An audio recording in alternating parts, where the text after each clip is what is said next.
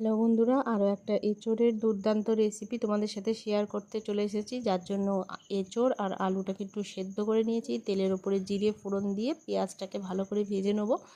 আর দিয়ে দিয়েছি একটা তেজপাতা।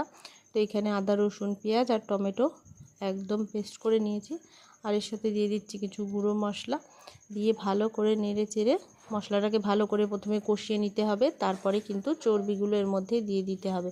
তো আজকে খাসি চর্বি দিয়ে করেছিলাম আমি এঁচোড়ের তরকারিটা। তো দারুণ টেস্টি হয়েছিল, অবশ্যই তোমরা ট্রাই করো আর আমাকে জানিও যে তোমাদের কাছে কেমন লাগলো।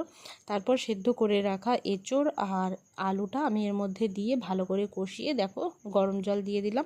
তোমরা চেষ্টা করবে অবশ্যই গরম জল দেওয়ার। তো এখানে দেখো ফুটে কিন্তু ভালোভাবে সিদ্ধ হয়ে গেছে। এর মধ্যে আমি দিয়ে দেবো গরম মশলা আর ধনে জিরে আমি আলাদা করে ভেজে গুঁড়ো করে রেখেছিলাম সেটা।